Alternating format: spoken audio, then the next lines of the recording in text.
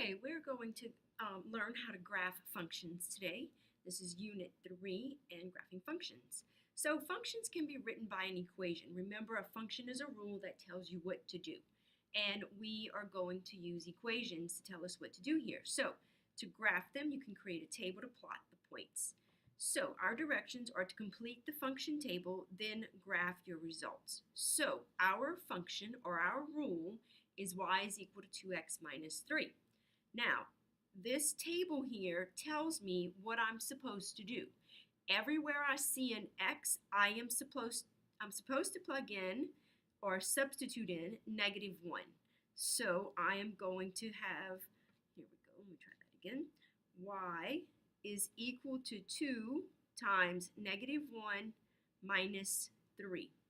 Well, 2 times -1, that's going to give me a -2 minus 3. That gives me a total of -5. So if x is -1, the y value is -5. Okay, let's see what happens when x is 0. Y is equal to 2 times 0 minus 3. Well, 2 times 0, that's 0 minus 3. That gives us a value of -3.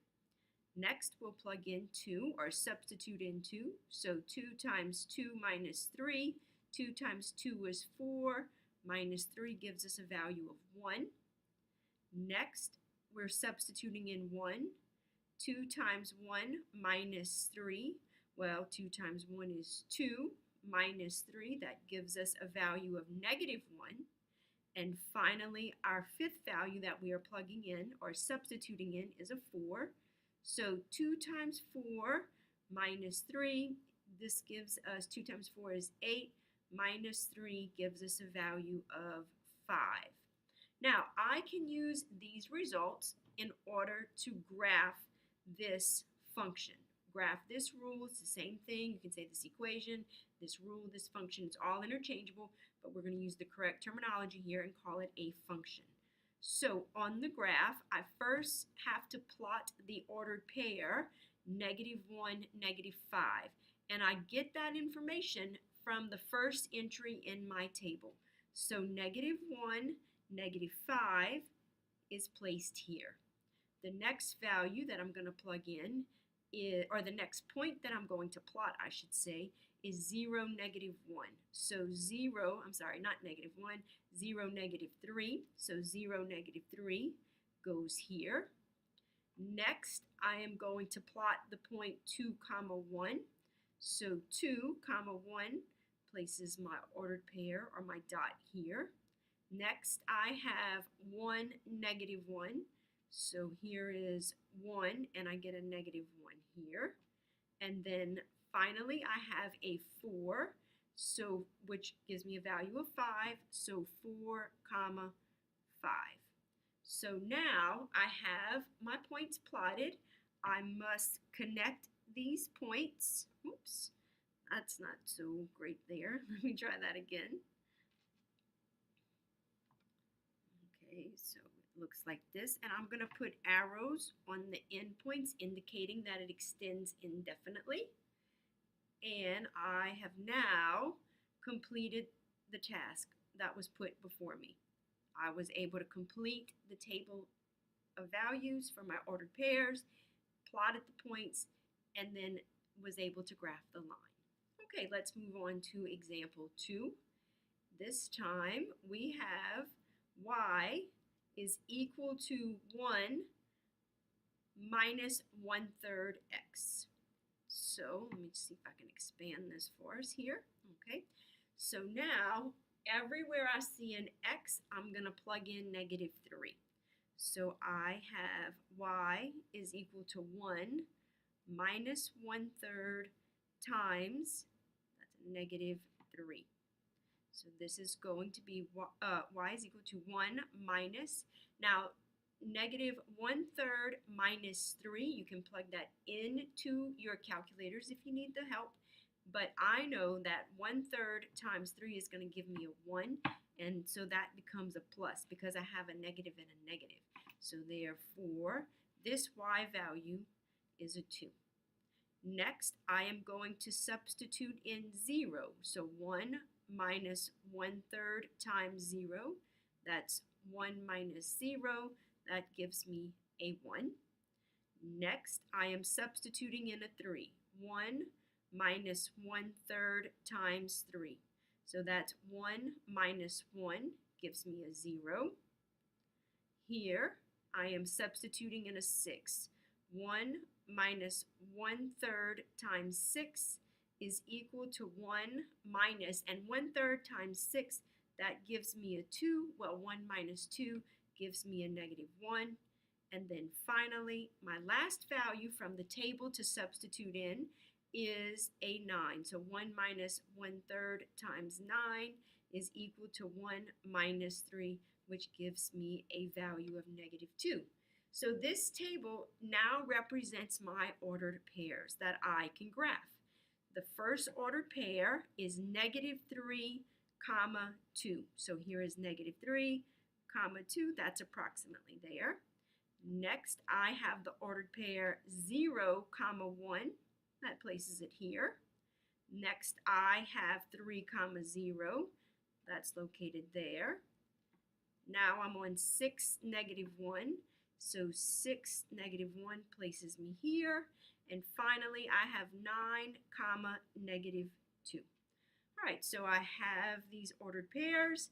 They connect together to form a line, which I'm going to draw now. Put the arrows on the ends to indicate that it continues indefinitely. We were able to complete the table of values by substituting in the correct numbers, simplifying the expression, getting the y values, forming 5 ordered pairs, plugging them in on the graph, and sketching the graph. Okay, we have 2 more examples to go, and this time we don't have to graph. They're giving us the domain values, and we have to find the range values. Well, remember from previous lessons that domain represents the input values and range represents the output values. So we could make a table that says input, output. And we are going to input 4, 6, and 8. We're going to get the output values, and that will be our range value. Okay, so here we have y is equal to, remember we're substituting in, 4 minus 5. So 4 minus 5, that gives us a -1. Next, we have 6. So y is equal to 6 minus 5. And I'm using my function that was given. I've highlighted it in yellow for you. So 6 minus 5 is a 1. And then finally, we have a domain value of 8. So I'm substituting in the 8 for x. 8 minus 5 gives me a value of 3. So I have 3 ordered pairs. I have 4, -1, 6, 1, and 8, 3. Our directions are to find the range values, so that those range values are my output values. So my range values are -1, 1, and 3.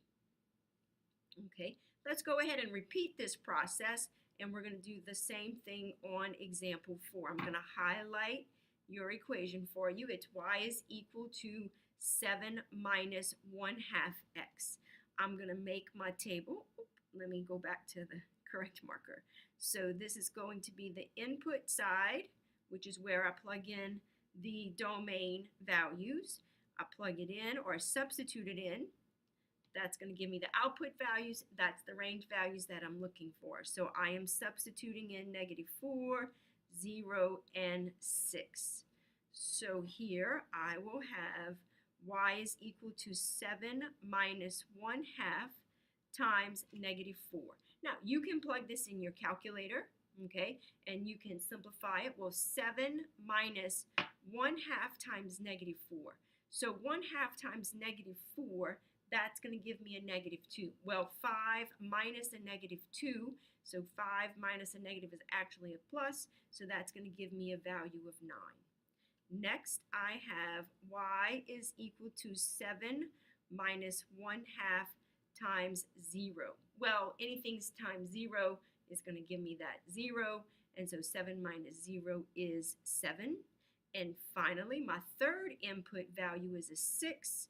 So this is 7 minus 1/2 times 6, which gives me a 3. So 7 minus 3 is a 4. So I look at my output values. Those are the range values. So the range values are 9, 7, and 4. Alrighty, see you next time.